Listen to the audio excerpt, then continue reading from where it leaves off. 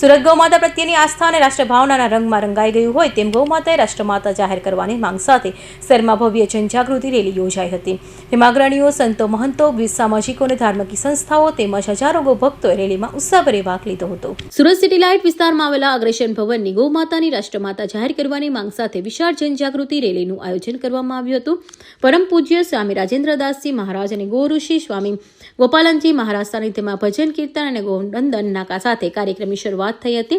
રેલીમાં સંતો, મહંતો, વિવિધ સમાજના આગેવાનો, મહિલાઓ, યુવાનો અને મોટી સંખ્યામાં ગૌભક્તો જોડાયા હતા. હાથમાં બેનરો, ભગવા ધ્વજા અને ગૌમાતાનો સંદેશ સાથે શહેરમાં જનજાગૃતિ ફેલાવવામાં આવી હતી. વંદે ગૌ માતા. મારું નામ રમેશભાઈ રૂડાણી છે. આ રેલીમાં તમામ સંસ્થા, જે કોઈ ગૌ પ્રેમી છે કે બીજી સંસ્થાઓ, માત્ર ને માત્ર ગૌ માતાને રાષ્ટ્રીય માતા સાબિત થાય એ માટે આજે નીકળ્યા છે. તમામ સાધુ સંતો, હરેક સંપ્રદાયના, હરેક ધર્મના, આમાં કોઈ જાતિવાદી નથી. તમામ ગાય માતાના સંતાન છીએ. ગાય માતાનું દૂધ પીધું છે, ગાય માતાના મળમૂત્રને પૂજ્યા છે.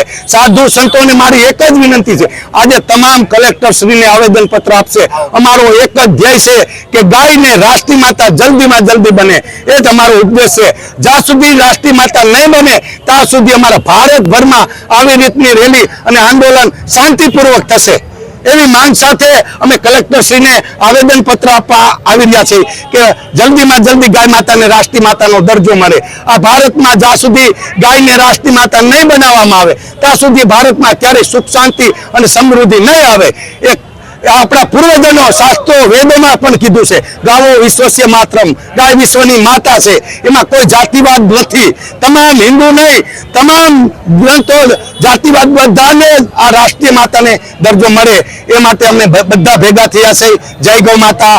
મીડિયાવાળાનો ખૂબ ખૂબ આભાર કે આ મીડિયામાં પ્રચાર કરો, જેથી કરીને બાળકોથી માંડીને તમામ સાઇન કરી અને પ્રધાનમંત્રી સુધી પહોંચે એવો અમારી માંગ છે.